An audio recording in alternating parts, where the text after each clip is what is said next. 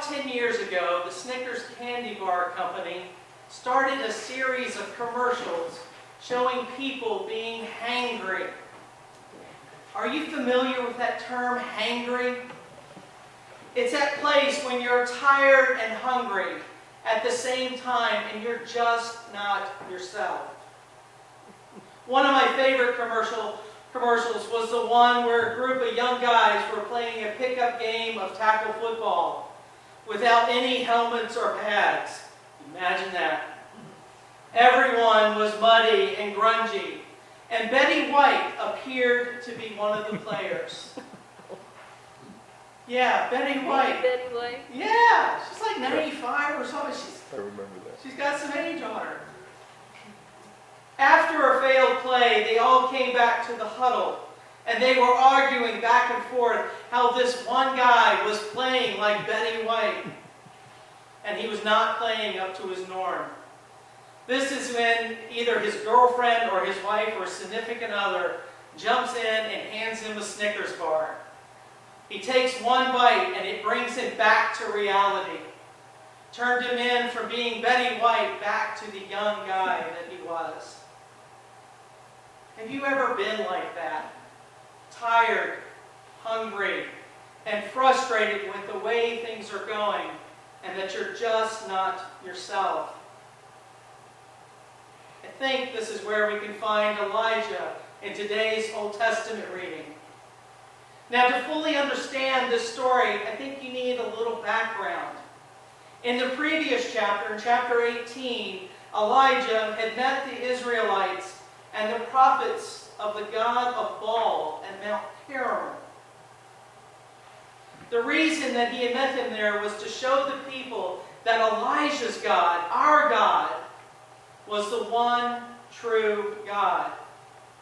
As the story goes, Elijah tells the 450 prophets of Baal to take a bowl of their choice and prepare it for sacrifice, to put it on wood and not to add fire to it.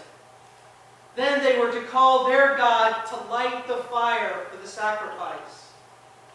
The prophets of Baal called out all day to their gods to light the fire, and nothing happened.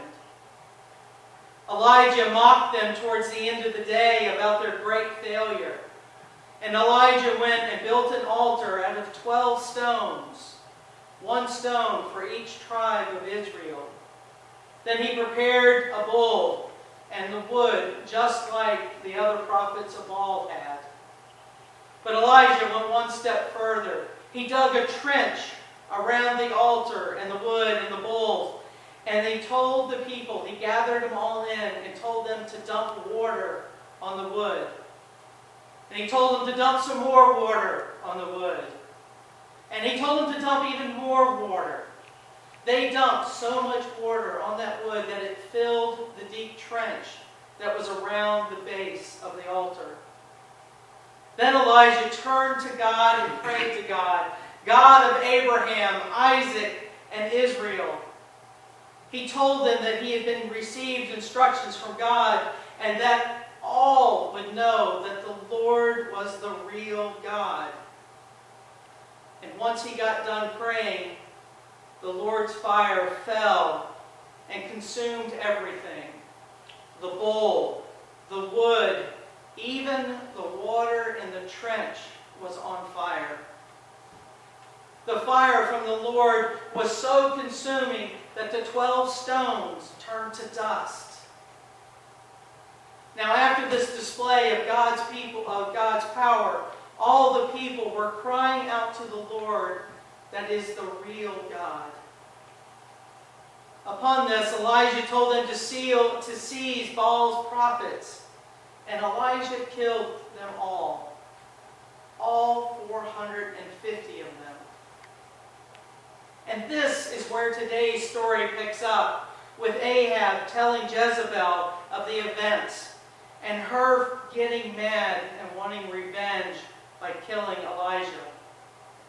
And Elijah goes on the run and escapes for his life by going to Beersheba in Judea, which is a place which was actually outside of the control of Jezebel.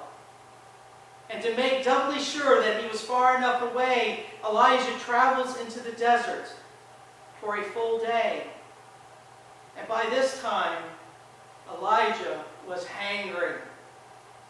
He was hungry. He was tired. He was depressed and feeling very alone. He cries out to God that he wants his life to end and asks God to make that happen. But God was not done with Elijah yet. And God sent an angel to let him know this, and that an angel fed him twice during the night in the desert. God was preparing him for the next step of his journey, his 40-day journey to Mount Horeb, God's mountain, the same mountain where Moses met God. And it's here in a cave that the word of the Lord comes to Elijah and asks, "Why are you here?" And Elijah answers by telling him that he had been passionate for God, even though the Israelites had abandoned the covenant and killed the Lord's prophets. And that he was the only one left, and now they wanted to kill him too. The Lord told Elijah to get out of the cave and to go stand on the mountain before the Lord. He listened and followed directions. Elijah experienced a great wind, an earthquake, and even fire on the mountain. But he knew that God was not in any of those. It was after the fire that things got quiet and still. And Elijah heard God's voice again, asking the same question as before. "Why are you here?" Elijah answered him exactly the same way, with the same words. It was there in that quietness that God tells him to go back to Damascus and to continue God's work. I love this story because it is so rich with teaching. There are so many lessons for us to glean from this story. It shows us that even though we may be angry, discouraged, depressed, and thinking that we're all alone in the world, a world that seems to be against everything that we believe in, that we are not alone, that God is there with us, always has been and always will be, and is ready to supply our every need. We learn that we need to be attentive and to listen for God's voice in our lives. That God is speaking to each and every one of us. And we need to take the time to listen to what God is calling us to do. And if God is calling, then we need to go and follow. I want to share a story from a website called Stories for Preaching. And I think it helps in guiding us to paying attention to and listening for God. A man named Charlie was walking along a steep cliff one day when he accidentally got too close to the edge and fell off. On the way down, he grabbed a branch which temporarily stopped his fall. He looked down with horror to see that the canyon fell straight down for more than 1,000 feet. He knew that he couldn't hang on to the branch forever, and there was no way for him to climb up the steep wall of the cliff. So Charlie began yelling for help, hoping that someone passing by would hear him and lower a rope or something just to get him out of the way. "Help, help," he cried. "Is anyone out there?" "Help," he yelled for a very, very long time, but no one heard him. He was just about to give up when he heard a voice. "Charlie, Charlie, can you hear me?" Yes, I can hear you. I'm down here." "I can see you, Charlie. Are you all right?" "Yes, but who are you and where are you?" "I am the Lord, Charlie. I am everywhere." "The Lord? You mean God?" "Yep, that's me." Charlie yelled, "God, please help me. I promise if you get me down from here, I'll stop sinning. I'll be a really good person. I'll serve you for the rest of my life." God chuckled and said, "Easy on the promises, Charlie. Let's get you off from there, and then we can talk. Now here's what I want you to do.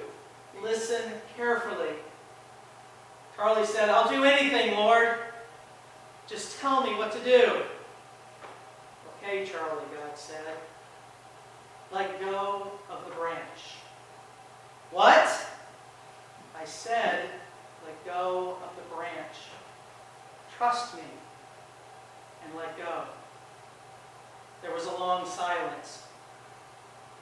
Finally, Charlie yelled out, "Help! Help! Is there anyone up there?" Are we really different, any different than Charlie? Doubting by asking, what is really where God leading me? It's okay for us to question and to have doubts. It's okay because we've been given the gift and the ability to be attentive, to listen, and to discern where God is leading us. Now, I admit it would be easier if God's voice was straight and simple, like the one that Elijah heard, but usually it is not.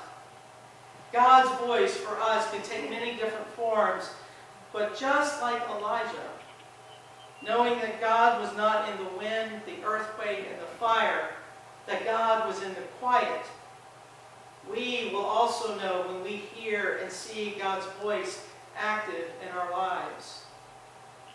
The challenge for us is that we need to be attentive and to be ready to hear that quiet voice. To hear that quiet voice of God that can show up in our prayer time. To hear that quiet voice that can show up when we are reading the Bible. To hear that quiet voice that can show up when we are sitting in silence by ourselves. The key is to be attentive and listen. Listening for that voice of God. Are you ready to listen? Are you ready to listen and let go of the branch?